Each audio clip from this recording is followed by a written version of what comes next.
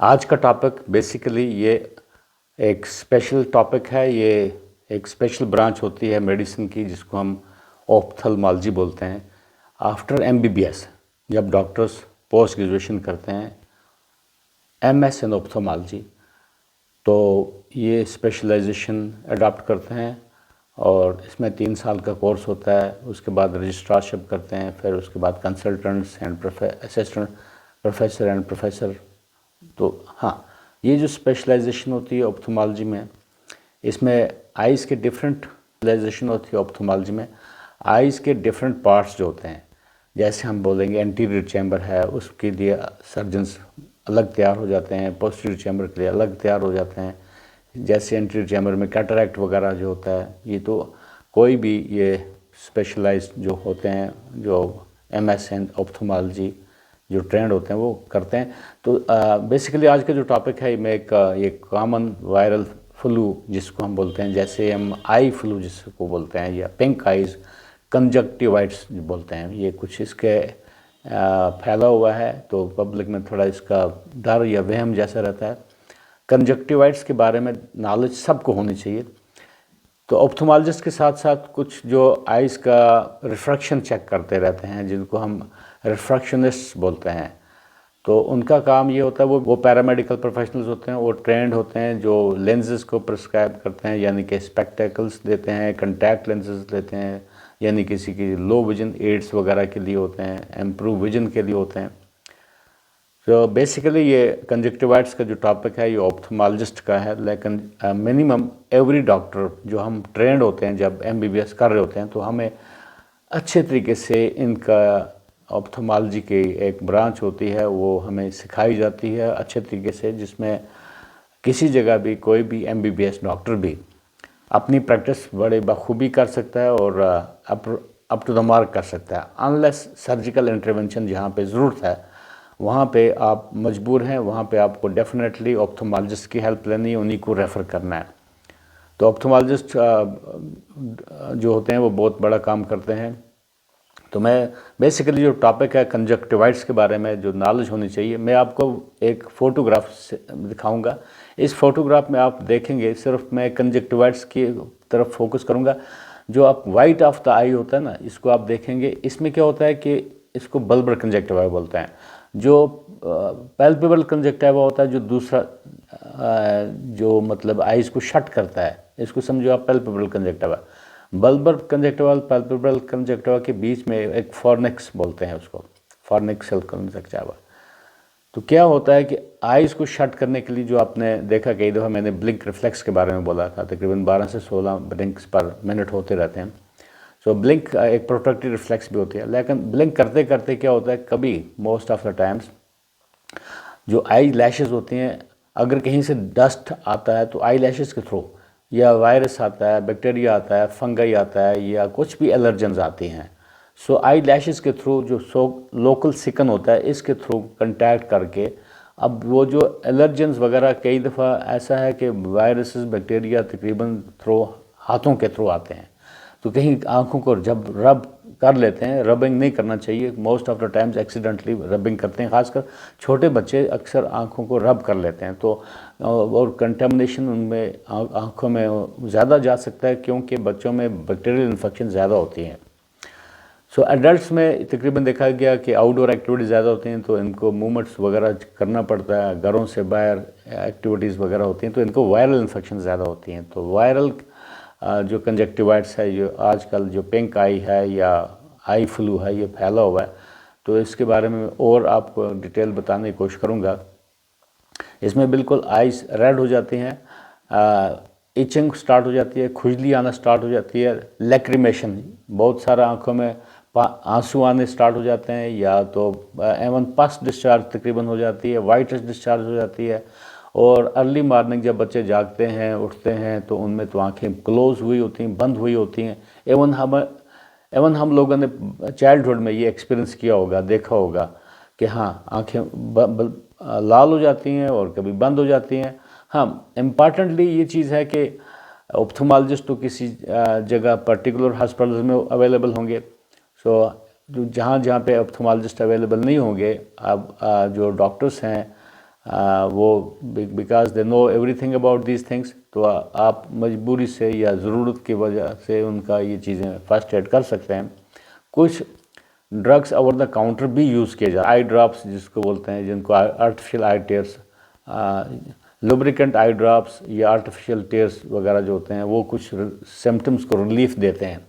इसके अलावा anti allergic drops होते हैं, और टेबलेट खाने से बेहतर लोकल एप्लीकेशन जो होंगी, हाँ जो जेन्युइन है, हाँ अगर आपको ऑप्थेल्मोलॉजिस्ट ही को रेफ़र करना है, हाँ तो क्योंकि जो इसका जो टाइम लिमिट होता है, जो वायरल इन्फेक्शंस होती हैं, जैसे आपने देखा कोरोना वायरस के दौरान कुछ इन्फेक्शंस होती थी, आइज़ इन्फेक्शन मगर कम थी, और इसलिए जो ये वायरल इन्फेक्शन जो होती हैं उस वक्त सैनिटाइज़र्स वगैरह ज़्यादा यूज़ किए जाते थे, तो जिसकी वजह से क्रॉस इन्फेक्शन वगैरह एक दूसरे से कंटेमिनेशन कम होते थे, क्योंकि लोग कभी किसी चीज़ को टच नहीं करते थे। आप हैंड शेक करते थे, उसके बाद सैनिटाइज़र यूज़ करते थे, हैंड वॉश करते थे। आप कई दफ़ा ग्लासेस का भी इस्तेमाल किया है आप लोगों ने, तो खासकर ये जब भी वायरल इन्फेक्शन या कंजक्टिवाइट्स जब डेवलप हो जाती है किसी सोसाइटी में, वहाँ पे हैंड हाइजीन के बारे में, ग्लासेस वगैरह के बारे में, और जो लोग ड्रॉप्स डाल रहे हैं किसी को, तो उसके थ्रू, क्योंकि इन्फेक्टेड पर्सन से नॉर्मल आदमी में ये चली जाती है, तो नॉर्मली ये क्या है, नॉर्मल लोग इसको चीज़ें को कैरी ऑन नहीं करते हैं। कंजक्टिवाइट्स नॉर्मल लोगों पे होगा तो दूसरे में भी नॉर्मल जो भी होंगे, इसमें अपेरेंट सिम्टम्स होंगे। मैंने जैसे पहले बताया कि जो वायरल इन्फेक्शंस होती हैं एडल्ट्स में ज़्यादा होती हैं, बैक्टीरियल जो होती हैं चिल्ड्रन में ज़्यादा होती हैं, उन खासकर बच्चों में एसोसिएटेड जो प्रॉब्लम्स होती हैं, साथ में फीवर वगैरह भी हो सकता है, साथ में बुखार वगैरह भी बच्चों में हो सकता है, लेकिन एडल्ट्स में तकरीबन ये एडेनो वायरसेस हैं या वायरसेस की बहुत सारी किस्में हैं। मैं दोबारा बताऊंगा, ये सेल्फ लिमिटिंग भी इलनेसेस होती हैं, एक हफ्ते में वो अपेयर होंगे, दूसरे हफ्ते में चले जाएंगे, इवन विदाउट ट्रीटमेंट। बट कभी कभी जो फॉरेन बॉडी सेंसेशन होना, आँखों में जलन होना, खुजली आना, उसके लिए कुछ सिंपल जो artificial air drops, artificial eye drops जब दे देते हैं तो उनसे कुछ रिलीफ मिलता है। हम कैसे प्रिवेंट करेंगे सोसाइटी में कि ये वायरल इन्फेक्शन ना हो, आई फ्लू वगैरह ना हो? जैसे खांसी ज़ुकाम होता है, उस साथ साथ उसके आइस में भी ये कंजक्टिवाइट्स हो सकती हैं, क्योंकि जो upper respiratory tract infections mostly viral होती हैं। सो उस वक्त भी आइस के साथ ऐसी सिचुएशन हो सकती है, तो आप उस सूरत में क्या करना है, हैंड वाश का ज़्यादा इस्तेमाल करना है, हैंड वाश का ज़्यादा एहतियात रखना है। और ट्रीटमेंट डिपेंड करता है अंडरलाइंग काज क्या हो सकती है, क्या ये सीजनल कटार तो नहीं है। तो ऐसा देखा जाए तो जो कंजक्टिवाइट्स हैं उससे बहुत सारी टाइप्स होती हैं। सो हम स्प्रिंग कटार कोई बोलते हैं, सीजनल कटार कुछ होता है, लेकिन ये जो ख़ासकर आई फ्लूज वगैरह के बारे में मैं फोकस कर रहा हूँ, तो छोटी छोटी फर्स्ट एड के बारे में नॉलेज होनी चाहिए, और आप अपने डॉक्टर साहिबान से रजू कर सकते हैं। और पर्टिकुलरली अगर एडवांस डिजीज़ है, क्योंकि जब ये डिज़ीज़ बिगड़ती जाती है तो उस वक्त ऑप्थेल्मोलॉजिस्ट की ज़रूरत पड़ेगी। हाँ, आप अपने अगर अवेलेबल है तो जितना भी फैसिलिटीज़ होंगी उनका यूटिलाइज़ करने की ज़रूरत है, सब्जेक्ट टू अवेलेबिलिटी। तो उस दौरान जो लोग कंटैक्ट लेंस यूज़ कर रहे होते हैं उनको कंटैक्ट लेंस नहीं यूज़ करनी चाहिए। मैंने डेलिबरेटली आइस इसलिए ग्लासेस यूज़ किए क्योंकि उस टाइप की जो ग्लासेस यूज़ करने से आपका एक प्रिवेंशन हो सकता है, डायरेक्ट दूसरे आदमी से आपका इन्फेक्शन नहीं पड़ेगा। बोलते हैं medicine is the mother of all branches, sense being from the medicine background.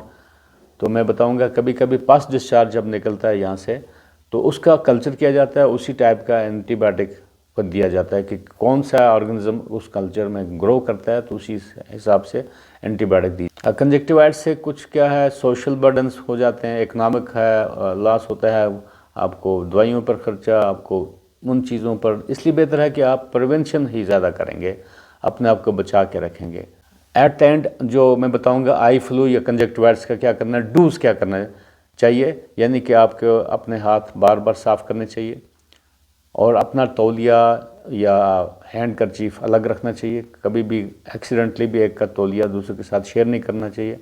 कभी कभी आई ग्लासेस यूज़ करने चाहिए जब वहाँ पे कंजक्टिवाइट्स है, तो ताकि दूसरे को भी ट्रांसमिट ना हो। कभी वार्म कंप्रेसेस कर सकते हैं, गर्म पानी का क्लॉथ्स या कपड़ा वगैरह वो यूज़ कर सकते हैं क्रस्ट वगैरह उतारने के लिए। डू नॉट क्या करना है, जैसे टच या रब आइज़ को नहीं करना चाहिए, और अपनी आइज़ का या पर्सनल कोई भी प्रोडक्ट है एक दूसरे को शेयर मत किया कीजिए।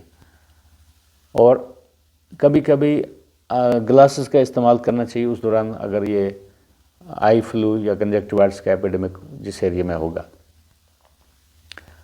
उन लोगों के साथ कांटेक्ट करने की कोशिश नहीं करना जिनको कंजक्टिवाइटिस होगा।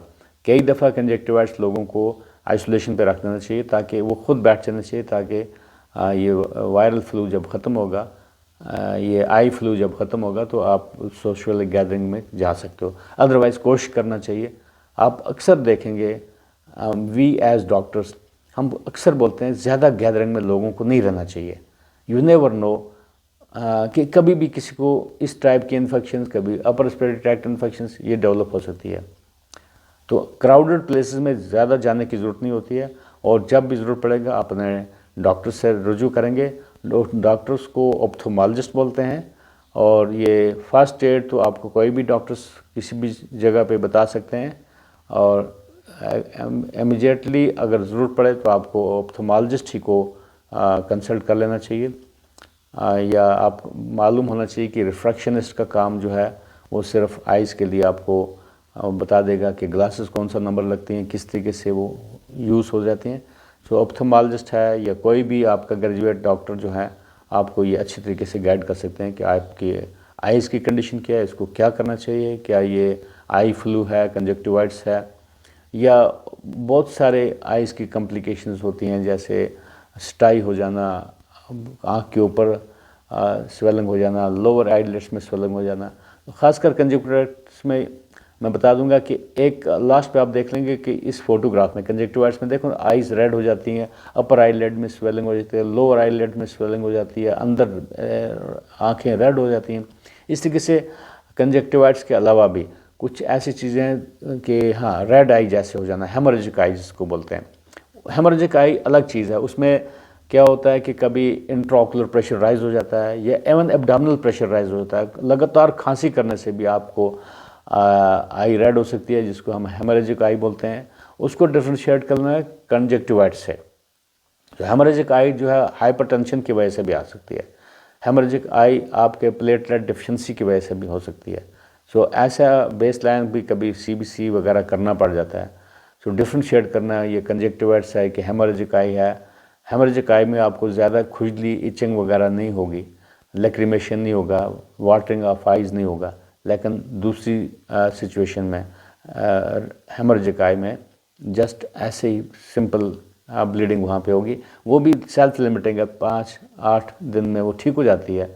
और सिमिलरली कंजक्टिवाइटिस जो है, ये आई फ्लू जो है, ये भी एक वायरल इलनेस है, अपने टाइम पे ये डिसअपीयर हो जाती है। आपको डूज़ एंड डोनट्स जो मैंने एक्सप्लेन किए हैं वो रूटीन में अप्लाई करने चाहिए।